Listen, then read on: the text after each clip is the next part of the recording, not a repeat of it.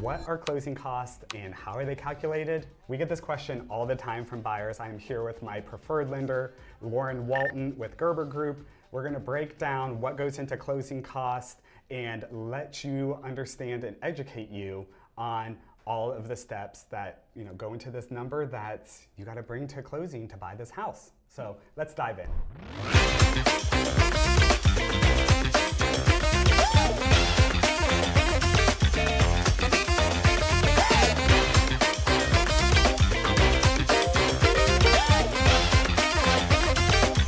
I am C-Bus Nathan. I'm a local realtor here in Columbus, Ohio. And like I said, I'm here with my preferred lender, Walton with the Gerber Group, and we are breaking down closing costs. So Lauren, what is a closing cost? Love this topic. So closing costs are going to be over and above in addition to your down payment. So sometimes people don't know that that exists, right? So they know what they plan to bring for their down payment. Maybe the minimum of 3% as a first-time buyer or 5%. Closing costs would be in addition to that. So as part of the buyer consult that I like to go through, I like to understand what do you as a buyer want your bottom line to be? You give me that number and then we can work backwards to figure out, okay, if you want your bottom number to be $30,000, how much of that do we need to allocate to fees and closing costs? And then the rest would go toward your down payment.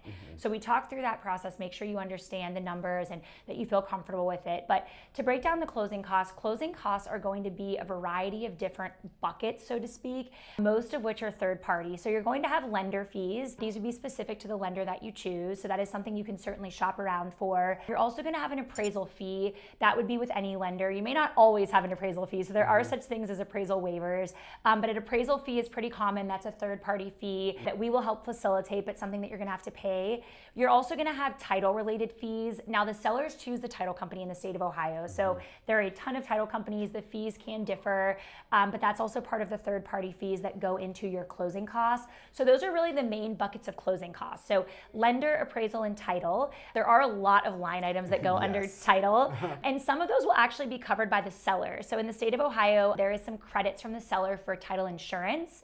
So that will also be something that you as a buyer would benefit from. Beyond fees and closing costs that we just mentioned, there is such things called prepaid items. So your prepaid items are not fees and closing costs. Instead, you are prepaying items, but they are due at the table. So I always like to make sure to touch on these.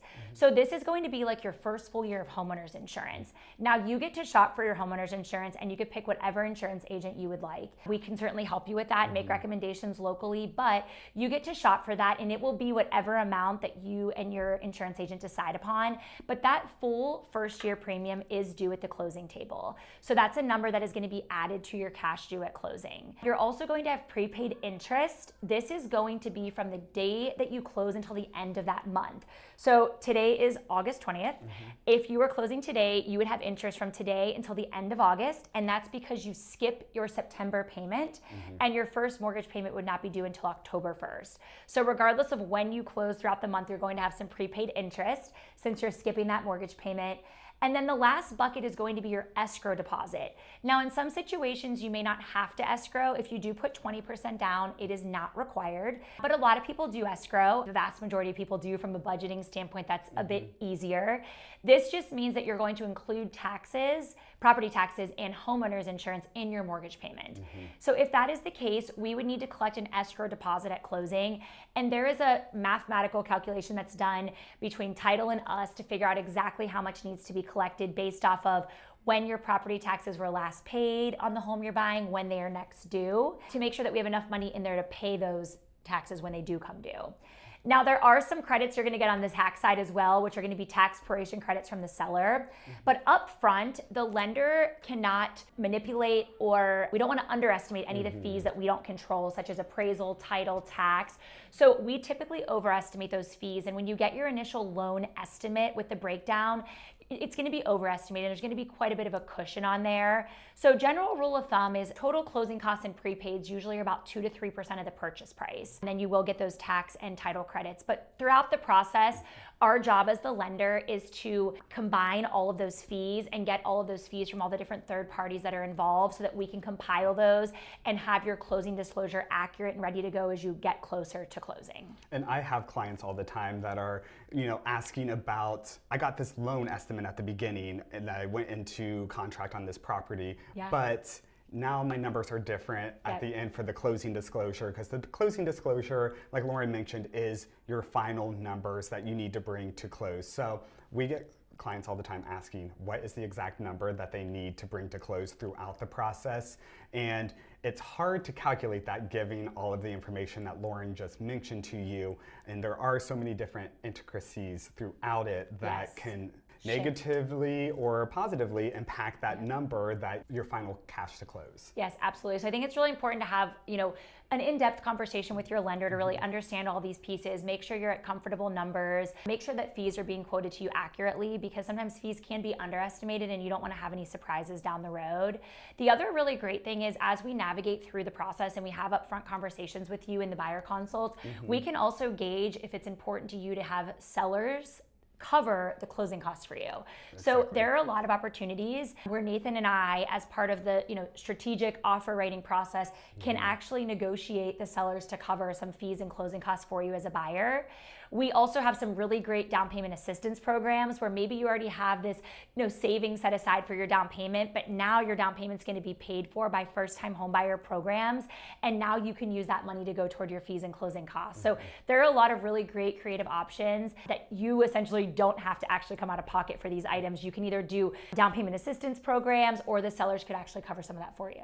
And we did throw a ton of information out at you, a lot of terminology that we hear day in and day out, and you might hear it and be like, I have no idea what a tax proration is or what have you. So at the what we really strive for at the beginning is understanding, like you said, how much money do you have to work with, what do you want your monthly payment to be for your mortgage, and what programs do you qualify for? Because working that formula and those together, we can really start to hone in on, hey, your buying power is maybe X amount of dollars, and we need your taxes to be around this per year so that we can make sure that your monthly payment for your mortgage is right here. So, there are a lot of steps that go through it, and that's why we broke it down a little bit, because we don't want to throw all this information at you in the initial buyer consult. But if you're doing some research and trying to get an understanding of what do you need to bring, down payment and then 2 to 3%-ish for your closing costs, that's a good idea of like how much money you should have saved. And again, like Lauren mentioned, if there are, maybe you don't have that much money, or whatever, we can work with the seller to potentially have some of those costs covered so that we can get you in line with what you're looking for. Yes, absolutely. So most important thing is make sure you're consulting with a lender, asking the right questions, understanding all the numbers, and really having a good in-depth understanding of all of these pieces that we discussed, and asking questions. That's what we're here for, is to be a resource and be able to answer any questions you have regarding this or any topic in the mortgage and real estate side. Yeah, so if you have more questions about buying a home in Columbus, Ohio, or really anywhere in the US, because Lauren is licensed all over the place. Make sure that you reach out to myself, to Lauren. You can click that link and we can set up a one-on-one call. That link is in my bio. Set up that call, do a buyer consult. I'll get you introduced to Lauren, and we can start to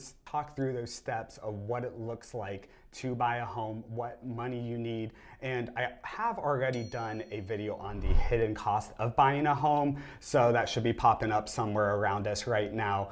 And there are some costs associated in there that you'll see in my buyer's guide that I always give to my first-time home buyers or anybody buying, that are not talked about in this closing costs, but inspections and potential remedies that you might need to take care of prior to closing, so on and so forth. That's all listed in that video as well. So check that out to get some more knowledge. And again, my name's C-Bus Nathan. This is Lauren Walton with the Gerber Group. I put out videos every Friday on Columbus, things to do around the city, nonprofits, all of the good things that are happening in Columbus. I try to put out each Friday. So if that is something that interests you, make sure that you like, subscribe, follow along on this journey. And if you have any more questions, make sure that you reach out, because we would be happy to be a trusted resource for you. So thanks for joining us today, Lauren. Thank you so much. Of course, and we will see you soon.